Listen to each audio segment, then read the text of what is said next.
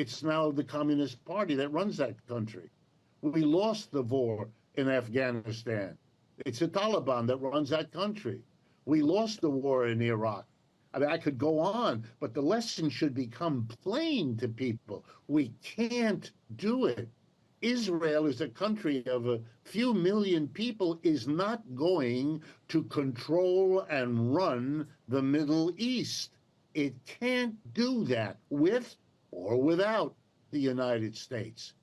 It can drive people crazy. It can produce unspeakable outcomes. And to take off my realist economist hat for a minute, these are war crimes. War crimes are defined when you kill civilians.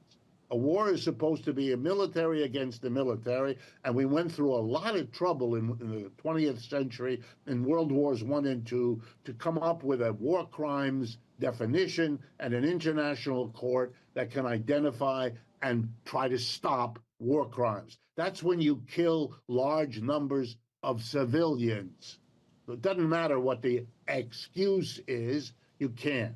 Right. So yeah, the Hamas people on the October last year killed civilians. That's a war crime. That doesn't mean I don't understand why Palestinians would be resisting the dominance and the growth of Israel. I understand why they would. I think Israelis understand why they would. Right. And then the one killing of civilians over the last year by Israel, for me, indefensible as a war crime.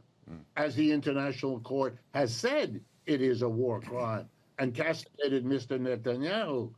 But for me, the bigger picture is that these are efforts to hold on.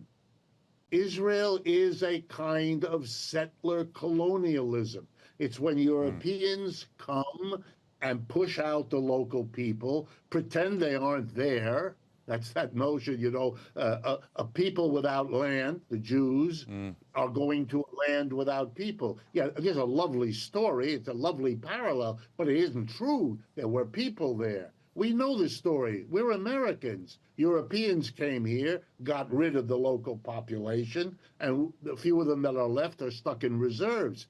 Where Israel is going is in that direction. But the problem is, that was centuries ago when you could do that. You can't do that now. You cannot, and the world is isolating Israel. And what I see is a very, very unhappy end for Israel in making this sad effort to hold on when the only possibility is working out a live and let live arrangement with your neighbors. So much to think about. I really want to thank you, renowned economist and author Richard Wolff. Thank you so much for being with us today. Thank you very much for having me, and my appreciation for having these conversations. United States, in which I was born and lived all my life, needs it now more than ever. So what's the bottom line? People just don't like upheaval and change. After World War II, America and its allies built a system that still exists today. Folks not only go along with the system, but they try to reinforce it. They try to rationalize it to an almost absurd degree, even when they're hurt by it. Until one day, all of a sudden, the whole structure collapses, and from it, a new paradigm emerges. It is true that China is challenging America's primacy. It is true that Africa is rising.